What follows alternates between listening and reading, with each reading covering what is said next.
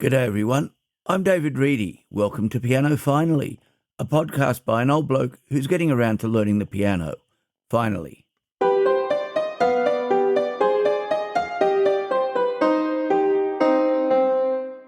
Welcome to show number 87. Thank you very much for joining me for the show. If you're a regular listener, then thanks for returning. But if this is the first time you're hearing the podcast, I hope you enjoy what's here. And if you like what you hear, please consider subscribing. Are you also learning a musical instrument? If you are, let me know how you're going with it. You can contact me at david@pianofinally.show.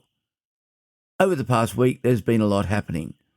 I managed to catch up with one of my ex-students who was trying to make a career as a musician. Over the last holidays, he got to play some fairly large gigs and was happy with how it all went. It's great to see that there are still lots of opportunities for young musicians who are prepared to put in the effort. The choir is in busy phase. We had our weekly rehearsal on Thursday. There's the monthly Sunday rehearsal this weekend, a bass sectional rehearsal on Tuesday, and the regular evening again next Thursday. Apparently it's not normally that crowded, but other commitments meant everything got moved to this week. I hope my voice holds up.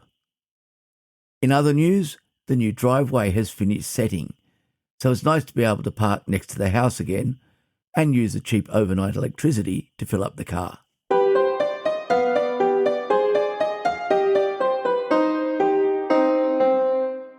This week's YouTube suggestions are very musical and a lot of fun.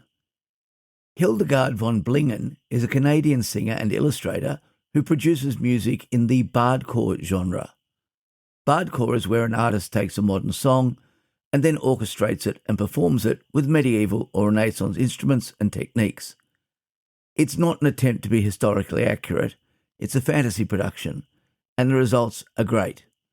Hildegard has a large number of tracks available on YouTube and on Spotify, and they are well worth a listen.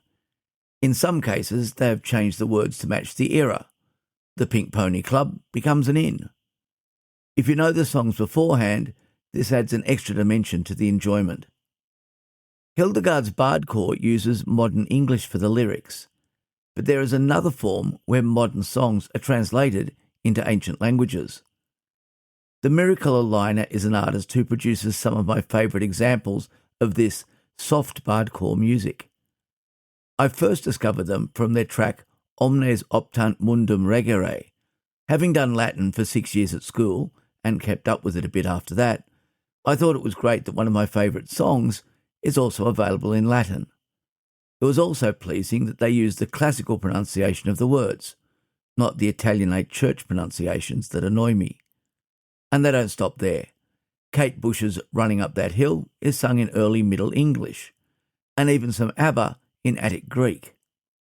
All these versions are great fun, and I'd thoroughly recommend having a listen, especially if you're into the music of the 80s, the 1980s, or the BC 80s. There are lots of links in the show notes.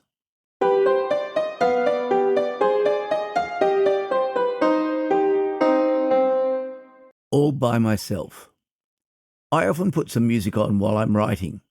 It has to be instrumental, as otherwise I find myself adding words from the lyrics, and no one wants to know about Jolene halfway through learning about the conservation of momentum. So I had Yun Chan Lim playing Bach's Goldberg Variations on Stage Plus on the TV while I was writing some physics notes. I watched the beginning of the performance where Mr. Lim walks to the piano from the door of the Carnegie Hall stage. He very briefly acknowledges the audience and then sits to begin to play. What struck me was that he did not appear to be enjoying himself. Mr. Lim looks very focused, and I suppose that playing the entire piece, which has a run length of nearly 90 minutes, is a serious undertaking. I'm sure that he wants to do a good job. After all, the best tickets cost close to $400 each, and there are over 2,500 people present. And it's all down to him. I'm sure that the pressure to make sure that everyone goes away from the performance satisfied and entertained by what they've just heard is enormous, and one of those things that every international performer is going to have to handle. But isn't music meant to be enjoyable for the performer too? I want to compare this to a video of Clyde Lawrence working out how to play Roseanne on Pianote's YouTube channel. In the video, Mr. Lawrence is surrounded by keyboards of different types and asked to learn to play Roseanne by Toto just by listening to the track. He's alone in the recording studio, but there are others in the booth that he interacts with. He also phones Greg Fillingames, Toto's keyboardist, for some tips after he finishes his attempt. The video is being made for Pianote, so it's going to get a lot of views, which puts some pressure on Mr. Lawrence. But he really seems to be enjoying himself, and he says as much at the end of the video. I think that a lot of that enjoyment comes from the interactions with the others present. As a piano student, I think it's fair to say that nearly all of my playing is done with me being the only person in the room. I bet that this is the case for most piano students, and possibly for a large number of piano players. Practice is important, and generally is not something that we share unless it's during a lesson. Asking any musician if they enjoy practice or performance more will usually result in the answer that performing is much more fun, especially when you have successfully completed it. Practice is boring, performance is fun. Practice is solo, performance is together. So is the performance more enjoyable because there are others with whom it is being shared? I would have said maybe until recently. After all, practice and performance are two very different things. There are different expectations. I expect that I will get things wrong while I'm practicing. I expect that the tempo will be out, that the pedaling might be off, at least until I am well into learning a piece. And none of that matters. It's only me hearing it, or perhaps Debbie if it's during a lesson, and so there's less pressure. As fulfilling as steadily improving my playing is, it is still not as much fun as it might be. If there were lots of fun, there would be no problem getting children to practice consistently. But would it be different if practicing was collaborative as well? I've found that it is. I don't play piano well enough to consider joining a group where I would be on keyboards. So I don't know if practicing as a group with friends is more fun than practicing alone, but I'll bet it is. I'm basing my bet on what I've discovered during the choir rehearsals. First the Belong choir, and now the new choir that I've joined. With Belong, everything was new and exciting, so not a real test. But I'm getting comfortable with the new choir, and even rehearsing is fun. I'm not sure what the best part of group rehearsals is. There are lots of people to talk with, and we're all there for the same reason, even though everyone's backgrounds are different. Everyone's strengths and weaknesses are different, and yet we're all sharing in making something special. I will admit that after about 30 to 45 minutes of piano practice, I'm ready for a break, and sometimes it doesn't take that long. But the 3 hours of choir rehearsal seems to fly by, and the music is more complex than what I'm playing at the piano, so it's not because it's easier. It turns out that it's not performing itself that's making music more fun, it's the sharing, and that can be while practicing too. I'm wondering if group lessons have a similar feel. Would learning together with a small group be more fun than solo? If you've had experience with learning or rehearsing with others, let me know what you felt. Was it fun? Or are there hidden traps I haven't noticed yet? I'm off for 6 hours of rehearsing tomorrow, though we do get a break for lunch. It should be fun.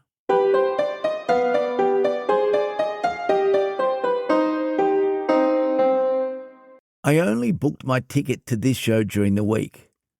On Wednesday, I received a marketing email from the Blue Mountains Theatre announcing that one of the area's musicians was returning from overseas and would be performing.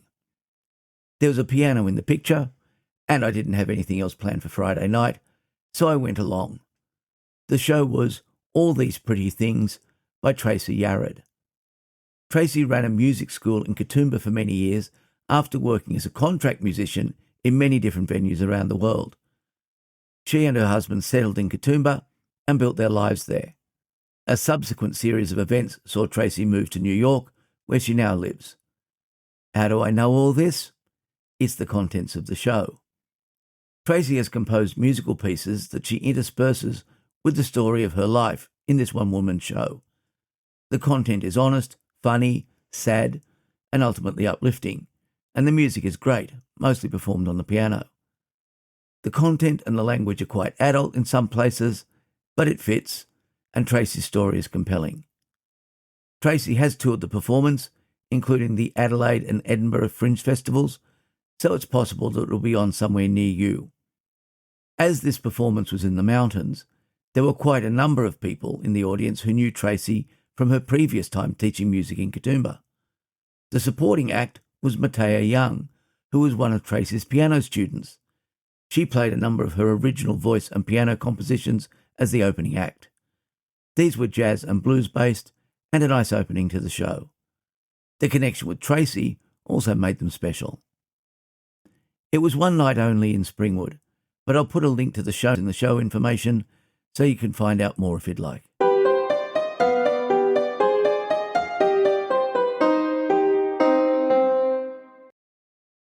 I realised as I was putting this week's show together that both this week's and last week's show names are also the names of songs. This wasn't intentional, but I'm thinking of seeing how long I can keep the idea going. I won't force it. I don't intend to go horse riding so I can name an episode Pink Pony Club, but song titles might give me some ideas for episode topics. Monday has become music day. I have my piano lesson with Devi on Monday afternoon, but now I have added a singing lesson in between finishing work and the piano lesson. Conveniently, the singing lesson location is one street off the route between the two places. The first lesson will be this coming Monday, and I'll give you a full report next week. If you'd like to contact me, email is the best way. You'll find me at david@pianofinally.show and the website at www.pianofinally.show. In both cases, Piano Finally is all one word. The show is also available on Spotify and as an audio-only stream on YouTube. You can subscribe via any popular iOS or Android podcast application or from directories such as Apple Podcasts, Spotify, or YouTube. I also post an excerpt and link to each episode as an Instagram reel. If you're learning an instrument or have joined a choir, let me know where you are in your journey, what's going well, and what are the challenges? How are you managing your time? What pieces are you enjoying the most? And so, until next week, I hope your piano stays in tune and you enjoy your time at the keys.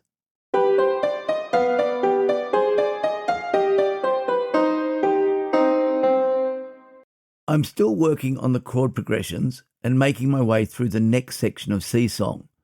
It's getting to the point where I know the music and am moving to getting more comfortable so I can start to get it even and up to speed. I'm also still refining those opening bars of Beethoven's Moonlight Sonata. My singing is on and off. I think it depends on how much speaking I've had to do at work during the day as to whether those middle C's sound any good. This will make it interesting at the voice lesson on Monday, as I will have been teaching for 5 one-hour blocks before I get there. Don't worry, I'm not going to add singing progress to the podcast anytime soon. The chord progressions were recorded using the Nord Stage 4 and the Astoria Grand Piano in its sample library. The piano pieces were recorded using Cubase 15, running on an M4 Pro Mac Mini with Pianotech 9 emulating a Shigeru Kawai SKEX Grand Piano in concert recording mode, and the Kawai NV10 to play the notes.